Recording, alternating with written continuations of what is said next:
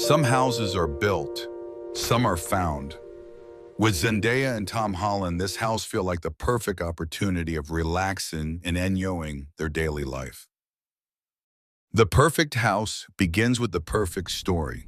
It didn't start with fireworks, it started with familiarity. Two people stepping into the same world, learning lines, learning each other's rhythms, laughing between takes, growing up side by side while the cameras kept rolling. Somewhere between shared jokes and quiet conversations, something steady took root. Their love was never loud. It didn't rush to be seen. It unfolded in glances, in showing up, in choosing each other again and again when the world was watching too closely.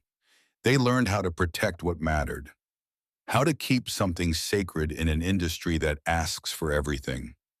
They became each other's safe place. In the chaos of fame, they found calm. In long days and longer nights, they found home, not in a place, but in a person. Love for them wasn't about grand gestures. It was about trust, about growth, about letting each other change and still staying. They laughed easily. They listened deeply. They stood side by side, not trying to outshine one another, but making space for both to shine. Their story isn't about perfection. It's about partnership. Two people choosing kindness, patience, and honesty. Choosing love that feels grounded. Love that feels real. Not a fairy tale, but something better. Something true. The house is tucked into the hillside, not towering, not flashy. Stone, glass, and warm wood blend seamlessly with the landscape as if it has always belonged there. Birds flit through the trees. The wind whispers softly. A car pulls up, and the occupants pause to take in the view. There's a sense of calm, of arrival.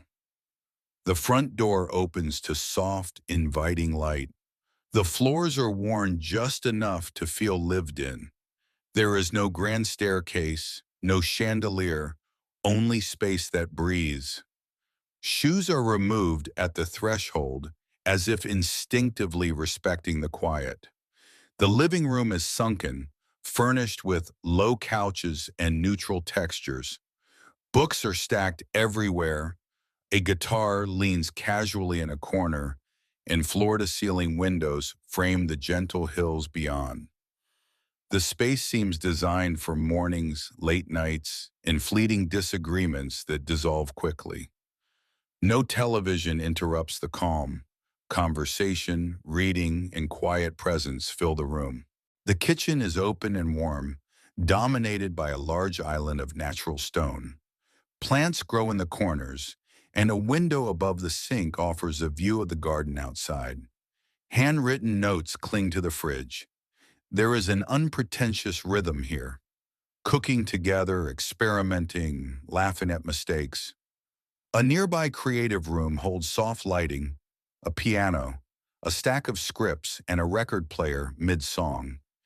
It is a room without judgment, where work and leisure exist in equal measure. Music plays, notebooks are opened, and walls are stared at. Productivity comes naturally without expectation. The bedroom is simple and serene, dressed in earth tones. Linen curtains flutter with the breeze, and screens are absent. The balcony door opens to expansive, quiet views of hills and sky, a reminder of distance from everything loud, yet not disconnected. Outside, the backyard is imperfectly perfect. A garden thrives in a casual way. A fire pit sits ready, and string lights await the evening. Every element is chosen not to impress, but to hold those who inhabit the space. As the sun dips low, the house rests in the golden light.